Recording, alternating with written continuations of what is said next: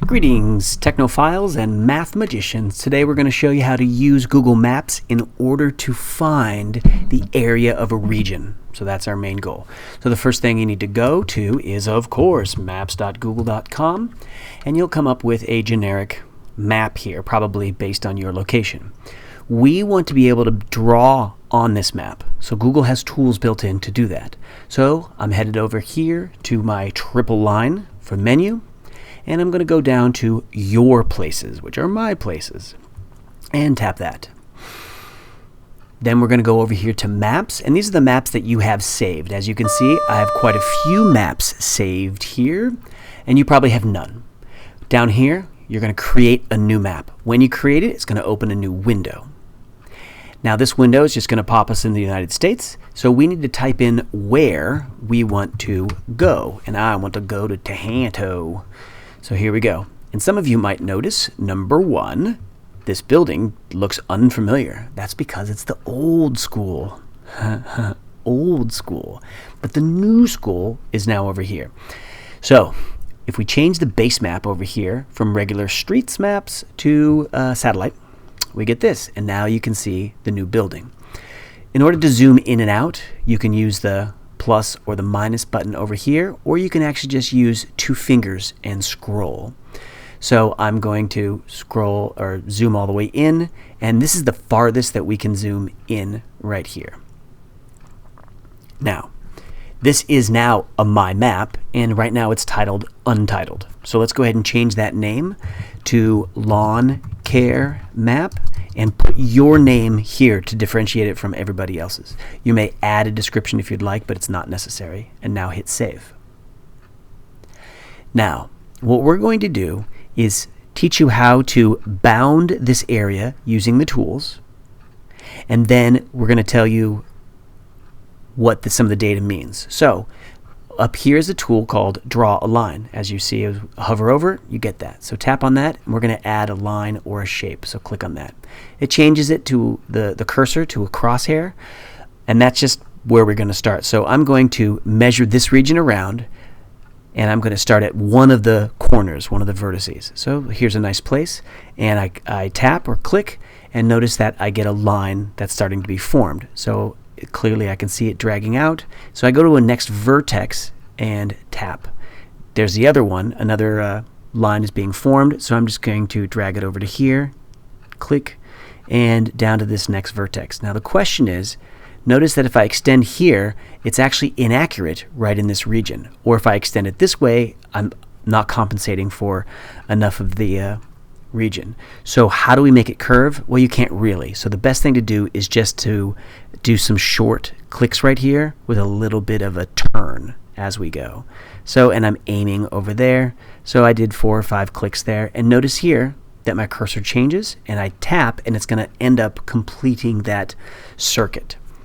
Now I'm going to rename this to whatever region that I named it on my piece of paper. In my case, I'm going to call it Region A, and I hit save. 2 pieces of information that this gives us is, number one, on the right here, this is feet, which means that's how many feet all the way around. So this is my perimeter. We are not going to use perimeter right now. This shaded area is actually the region. So that is my area. So 0.051 AC means acres. So let's go ahead and enter this data right here into our information. So what's Google estimates? They said 0.051 acres, and we're going to figure out how big that is in square feet. Now Google has a nice tool here, so if you just go into any Google right here and just type in how many square feet in an acre, it'll tell us right there. Google also does things like calculations too. So we have this number 43,560. I can actually do math just right here. So 0.051 and times is this right here, and 43,560, and it's going to give me an answer. See, it's right here, 2,221.6 0.56. I can actually just copy that as well.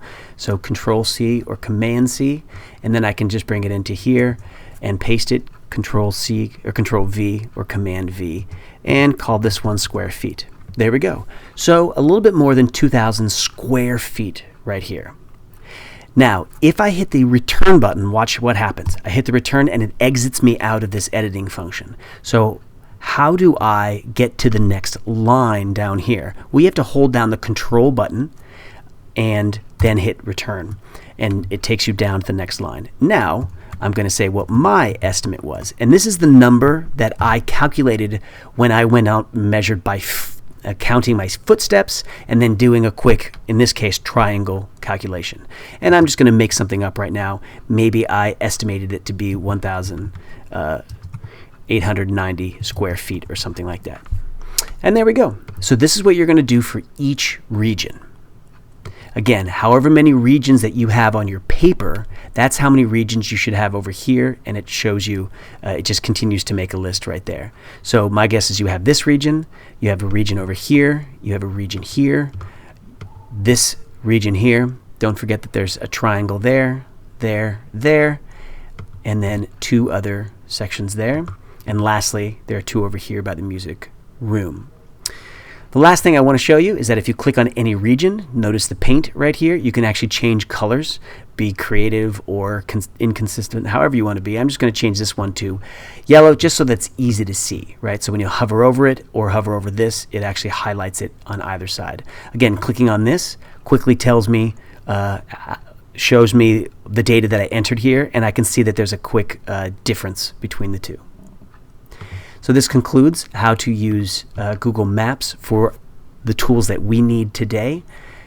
Make sure that in Google Classroom you attach this map, which is in your drive now, as part of your assignment. Thank you very much.